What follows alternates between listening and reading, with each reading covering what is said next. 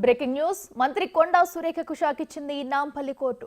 నాగార్జున వేసిన పరువు నష్టం పిటిషన్ను పరిగణలోకి తీసుకున్న కోర్టు ఆమెపై కేసు నమోదు చేయాలని పోలీసులను ఆదేశించింది. అయితే మంత్రి కొండా సురేఖకు ప్రస్తుతం అయితే నాంపల్లి కోర్టు షాక్ ఇచ్చిందని చెప్పాలి. సురేఖ మీద కేసు నమోదు చేసింది. అయితే ప్రస్తుతం డిసెంబర్ 12న వ్యక్తిగతంగా కూడా తను నాగార్జునపై వ్యాఖ్యలు చేయడం పట్ల ఇక మంత్రికి సమన్లు కూడా జారీ చేసింది. ఇక మంత్రి కొండా సురేఖకు సంబంధించిన బ్రేకింగ్ న్యూస్ అయితే చూస్తున్నాం మనం. ప్రస్తుతం మంత్రి కొండా సురేఖకు షాక్ ఇచ్చింది నాంపల్లి కోర్టు. నాగార్జున వేసిన పరువు నష్టం పిటిషన్ను పరిగణలోకి తీసుకున్న కోర్టు ఆమెపై కేసు నమోదు చేసింది. అయితే మంత్రికి సమన్లు కూడా జారీ చేసింది కోర్టు. డిసెంబర్ 12న వ్యక్తిగతంగా హాజరవ్వాలని ఆదేశించింది. తమ కుటుంబంపై మంత్రి అనుచిత వ్యాఖ్యలు చేసిందని నాంపల్లి కోర్టులో పరువు నష్టం దావా వేశారు నాగార్జున.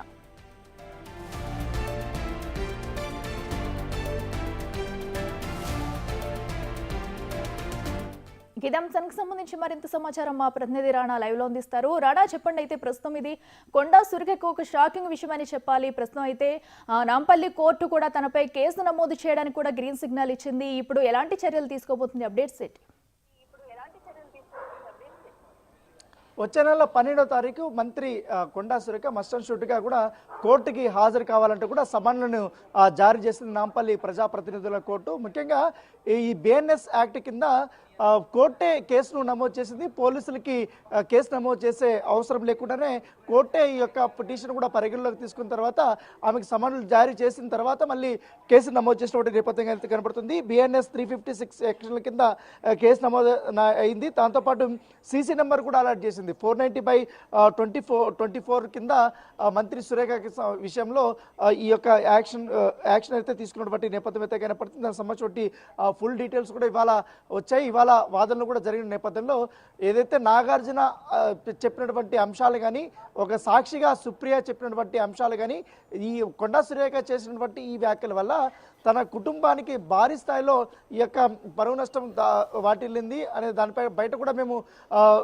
తిరగలేకపోయాము అన్న రీతిలో కూడా ఆమె సాక్ష్యం చెప్పిన నేపథ్యంలో ప్రాథమికంగా వారు చెప్పినటువంటి సాక్ష్యాలని పరిగణలోకి తీసుకున్నటువంటి కోర్టు ఇప్పుడు దాన్ని అలౌ చేయడమే కాకుండా కేసు కూడా నమోదు చేసింది. సో దానిపైన ఇంకా కొండా సురేఖ 12వ తారీఖు కానీ అటెండ్ అయిన తర్వాత ఆమె వర్షన్స్ కూడా విన్న తర్వాత ఈ వాదోపవాదనలు అయితే జరగబోతాయి. కాబట్టి ఈ కేసు ఎట్లా మలుపు తిరిగిపోతున్నది కూడా ఒక ఆసక్తికరమైనటువంటి పరిణామంగా చూడొచ్చు. మరి దాంతోపాటు ఇప్పుడు మాజీ మంత్రి కేటీఆర్ వేసినటువంటి ఆ కేసు కూడా ఉంది కాబట్టి దాన్ని కూడా ఇంకా విచారణలో దశలోనే ఉంది.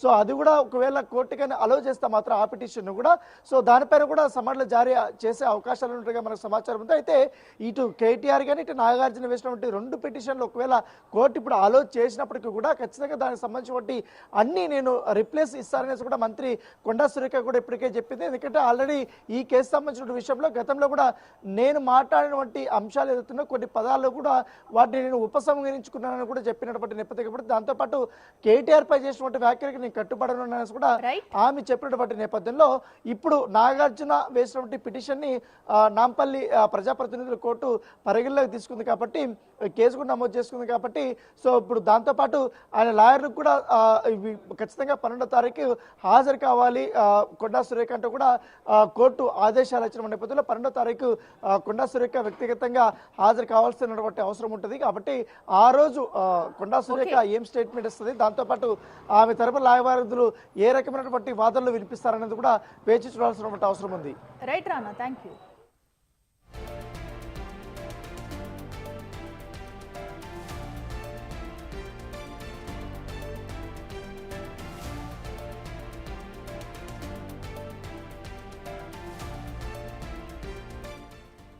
నాగ చైతన్య సమంత విడిపోవడానికి కేటీఆర్ కారణమంటూ కొండా సురేఖ చేసిన కామెంట్స్ పై నాగార్జున కోర్టును ఆశ్రయించారు. ఆయన దాఖలు చేసిన పిటిషన్ పై కోర్టు విచారణ జరిపింది.